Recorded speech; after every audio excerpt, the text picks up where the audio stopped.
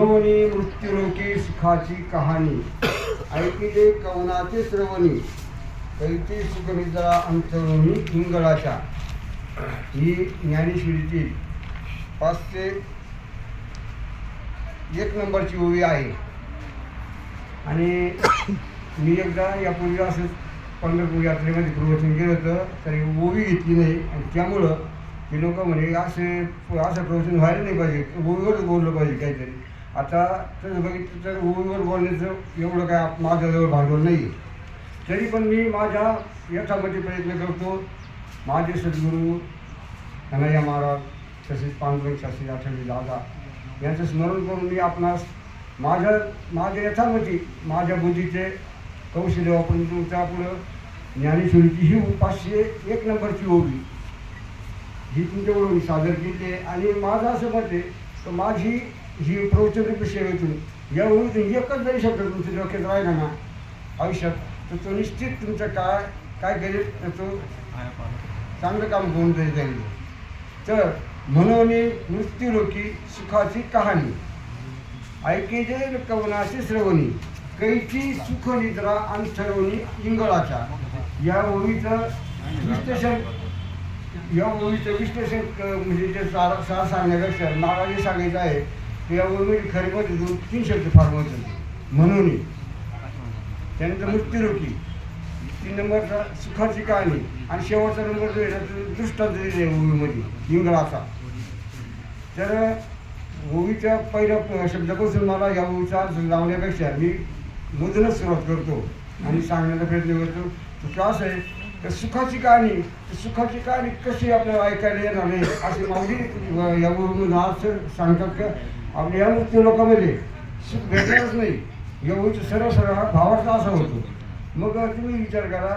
सुखरूप वायसा तुझा कोण सांगा माझ्या पांडुरंगा सारे खातो. आणि त्या पांडुरंगाचं आपण काय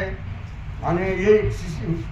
त्यांचाच अंश आहे आपल्या शरीरामध्ये. मग आपण त्या पांडुरंगाचा अंश जर असेल तर आपण दुःखी का? हा त्या सरळ गोष्ट सरळ एका शब्दाचा अर्थ सांगायचा प्रयत्न केला आहे. कोणता? सुखाची कहाणी. सुख का नाही आहे, सुखाचं असायलाच पाहिजे असं का माऊली म्हटलेली आहे. तर त्याचं पहिलं ओवीच्या 501 नंबरच्या ओवीच्या पहिलं 2-3 ओव्या आपण जर बघितल्या पहिल्या तर त्या अति महत्त्वाच्या आहे. केवी विषयाचे कांदे वाटून त्याचा रस घे पिळून त्याच नाम अमृत जेवणे अमर होणे. बघा म्हणजे विषाचा कांदा आहे. कांदाचं सांगितलं त्यांनी उदाहरण.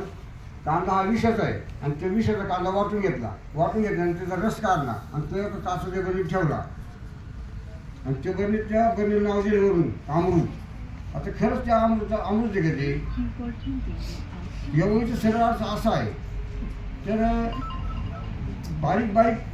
ते बारकाई शब्दामध्ये तर म्हणून या शब्दामध्ये जाण्याकरता बराच वेळ लागेल. त्यापैकी मला तुम्हाला दृष्टांत सांगायचा तो असा, मी काय जास्त पालायला येत नाही आणि जेणेकरून तुमच्या मनावर सुद्धा बरं वाटलं पाहिजे. कारण आपलाच माणूस आपल्याकडे काहीतरी बोलतोय आणि त्यात माझ्यासमोर बसलेले जे आहेत तर त्यांच्यासमोर मी काय बोलणार. पण तरी देखील मी माझ्या पद्धतीने प्रयत्न केला. मागे आपल्याला बरोबरीत समजून सांगितलं होता माझ्या पद्धतीने मागच्या वर्षी. यावर्षी तुम्हाला एक सांगतो, निवृत्तीनाथ महाराज नाही माऊली आणि नामदेव महाराज दोघंजणं माहिती सर्वांना संत कशी आणि ते तीर्थयात्रा करण्याकरता निघाले. तर ते भ्रमण करत चालले तर एका चोराची माहिती भेटली. त्या चोराला अशी माहिती भेटली का नामदेव महाराज आणि माऊली आपल्या गावात मुक्कामाला येणार. मग त्या चोराने विचार काय केला पाहिजे, त्यानं असं ठरवलं का आपल्याला यांना जीव घाले. मग ते गावापर्यंत गेला चोर. तर त्यांना काय चोरी दिवसभर रात्री चोऱ्या करायच्या. मग गावकऱ्यांना सांगितलं की मला काही नाही झालं, माऊलीचा येणार असते मग मी अख्खी गाव जेवणाची पंगत मी घेतो. लोक कसले कमाई नाही काही नाही, 1000 रुपये राहू दिवसभर काय देणार आहे. पण त्यांना खूपच आग्रह केला. मग लोक ठीक आहे कर म्हणजे एक दिवस अगोदरच ना. आणि मग लोकांनी होकार दिल्यानंतर तू लागला कामाला. रात्री जरूर 11च्या नंतर जायचा चोरीला. त्या उद्या येणार आहे मग तो आज 10 गेला कसं करता जर मारलं पाहिजे ना कारण उद्या पंगत आहे आणि तिथं ठराविक जागेवर जाऊन त्याच्या झाडावर जाऊन बसला 10 वाजता 10 वाजले 11 वाजले 19 भेटलं 6 वाजले 12 वाजले 1 वाजला 2 वाजले आणि 2 वाजता मग त्याचं आशंका वाटलं की दररोज कमीत कमी 4 जण तरी भेटायची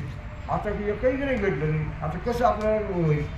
म्हणून त्यानं काय केलं ते कोणाच्या चोरांना काय निर्णय घेतला लगेच पांडुरंगाला सापडलं जाते पांडुरंगा बघ म्हणे आता तूच वाली म्हणे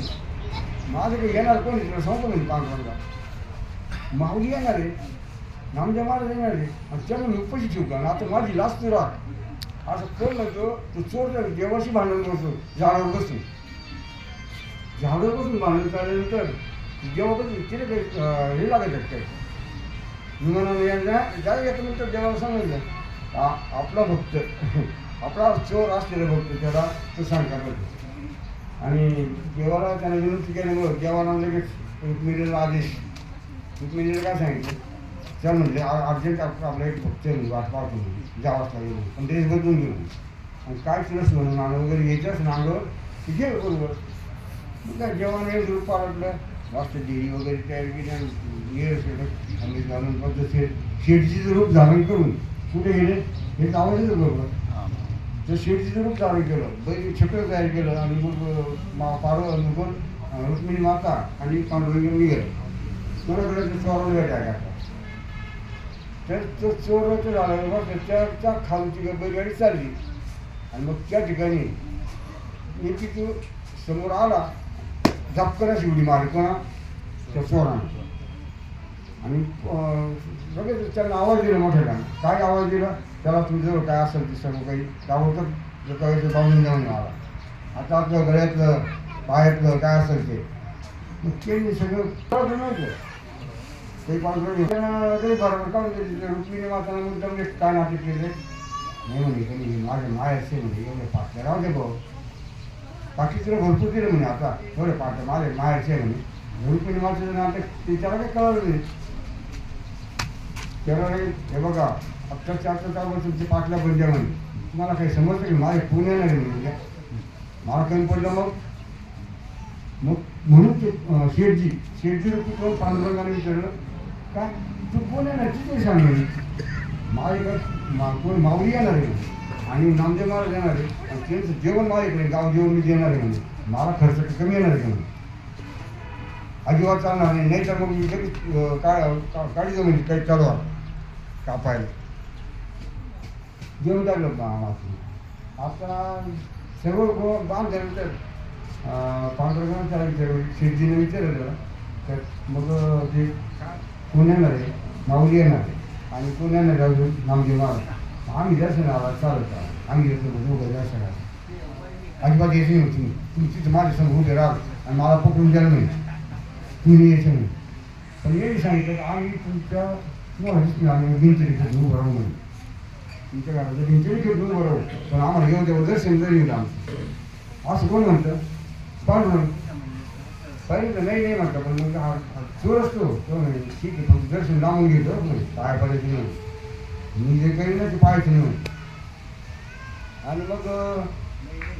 होकार नाही झालं दुसरा दिवस उद्याला माऊली नामदेव महाराज यायला लागले तोपर्यंत गावामध्ये सदैव आम्हाला 3-4 नाही बघ अनेक प्रकारचे फुलं सडा रांगोळी प्रत्येक घरासमोर गुढी तोरणी उभारून आणि सुवासिक पाणी सुवासिक केलं मग त्यांना चौरंग आणि सगळं मांडणी केली आणि ते कोणाची नामदेव महाराजांची आणि माऊलीची सेवा होण्याची ते चोराच्या हाताला व्हायची चोराच्या घरासमोर सगळं चाललं होते आणि ते आले माऊली ते चौरंगावर बसवले ते पाय वगैरे धुवायला लागला कोणतं चोर तर त्या पिरियड पाय तास समोर पाहत होतं शेठजी ती बायको पण शेठजीची दोघं ते पाय झालं असं लांब जात पण थांबला पाहिजे असं ते माऊलीला थोडं लक्ष देत का कोणाला म्हणतो बा कारण ते पाठीमाग होते माऊलीच्या कोण शेठजी आणि रुक्मिणी त्यामुळं ते त्यांना समजत नव्हतं समजत नसते म्हणून ते मावळे घेऊन पाहिलं का म्हणतं आता माऊलीला आणि कोणा नामजे मावळीला मागं पाहिलं कळणार नाही कोण त्यांनी पाहिल्या ओळखलं का बापू हे पांढरून बसली ते पांढरून कसं काढले तर मग पांढऱ्या स्वाराचा हात धरला बाजूला घेऊन आणि त्यानं सांगितलं का भक्ती असू द्या परंतु तुझी जी निश्चित भाव आहे माझ्यावरचा तो अति दृढ भाव असल्यामुळं मला तिथे यावं लागलं आणि तू कृपा करून ज्यांचे नावं घेत होतं ना ते कोण आहे तिथे फरके नाही ते म्हणजेच मी आहे म्हणजे इथपर्यंत नाव लिहिणं म्हणजे प्रत्यक्ष पांडुरंगाने कोणाला उपदेश केला त्या हरिपाद नाव होते चोराचं अशी चोराची हकीकत झाली आणि ही हकीकत कशी झाली तर ही वारीच्या निमित्तानं आहे म्हणून ही वारीच्या निमित्तानं मला वाटलं की ही गोष्ट आपण सांगितली पाहिजे सर्वांना म्हणून मी सांगायचा प्रयत्न केला आता याच्यात म्हणूनही ह्या शब्दाचं सांगायचं राहिली मला ओळीचं परत मी माझ्या आपल्या ज्ञानशीची ओळी येतो ती ओळी जी आहे ना म्हणूनही मृत्यूलोकी सुखाची कहाणी ऐकी जे कवनाची श्रवणी कैची सुखनिद्रा अंतरवणी इंगळाचा आता या ओळीचं भावाचं पण मी सांगितलं नाही अजून पण आता वेळात जसं जसं त्यांना होईल सांगणं तसं मी सांगतो तर समजा एखाद्या पूर्वी काय कीर्तनकार यायचे आपल्या गावामध्ये आणि ते कीर्तन झालं तर ते मुक्काम करायचे तसं पूर्वीचंच काळ सांगतो मला त्यांनी कीर्तनकार आले ते मुक्कामाला थांबले आणि त्यांच्याकरता खूप चांगली अशी व्यवस्था ठेवली आणि इंग्रज म्हणजे तिथं काय 20 गाडी तयार केली आणि तिथे झोपायला सांगितलं आणि तिथे काय तुम्हाला लक्ष लावणार नाही आनंदात झोपा खरंच झोपी का तर उलट खरा अर्थ तो हिंगाचं जर का दिलं कैची सुखनिद्रा म्हणजे कशी काय सुखी तुम्हाला कशी काय निद्रा झोप कशी लागल कैची सुखनिद्रा अंतरुणी इंगळाच्या म्हणजे त्याच्या शेळीवर इंगळाच्या शेळीवर झोपायची पाहिजे जर आली तुम्हाला झोप येऊ शकत नाही हा सरळ त्या भूमीचा भाव आहे आता त्याच्याऐवजी अवांतर बोलणं बरोबर नाही आहे आणि अवांतर बोलण्यासाठी भरपूर मला बोलता येत नाही असं काही प्रकार नाही कारण मी परत कुठे पांडुरंग शास्त्री आठवले यांच्या काळामध्ये 19 वर्षी गेलेली असल्यामुळं वाक्य संपर्कात थोडं मागं राहिली नाही माझा आवाज सुद्धा चालला असता मला गायन सुद्धा करता माझा आवाजाची देणगी नसल्यामुळं मग चालले माझे बरोबरचे माझे पुढे आहे मला आनंद आहे तिथं दुःख नाही खूपच माझं मन भरून जातं आणि मला काही समाविष्ट करून घेतलं याच्यामध्ये संत मिळवलं भगिनींना आणि त्याच्यामुळे मी आपल्या मनापासून त्यांचा सुद्धा आभारी आहे आता या ठिकाणी आपला नामोल्लेख करणं गरजेचं आहे ज्यांनी आपली दुपारची पंगत घेतलेली आहे त्यांचं नाव बाळासाहेब शिंदे आहे बघा त्यांच्या कुटुंबाचं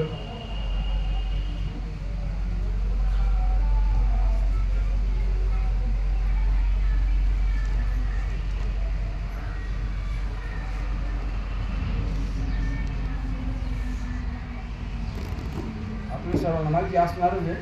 तरी पण थोडं दुःख विशेष दुःख काहीतरी झालं कारण त्यांनी आपली चांगली सेवा ठेवलेली आहे यापूर्वी पण आता आपलं 7 वर्ष पुढे आपली सेवा होणार होती कॅन्सर आजार त्यांच्या घरामध्ये आहे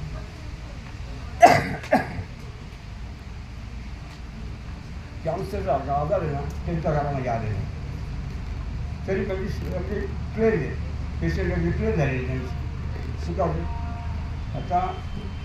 त्यांचं नामोल्लेख मी केलेलं आहे अत्यंत पंगत आयुष्यपाची आपण या ठिकाणी काहीतरी प्रसाद म्हणून त्यांना द्यायचं म्हणून मला बोलायची संधी दिली आणि ती मी माझ्या पद्धतीने पूर्ण केली रामकृष्ण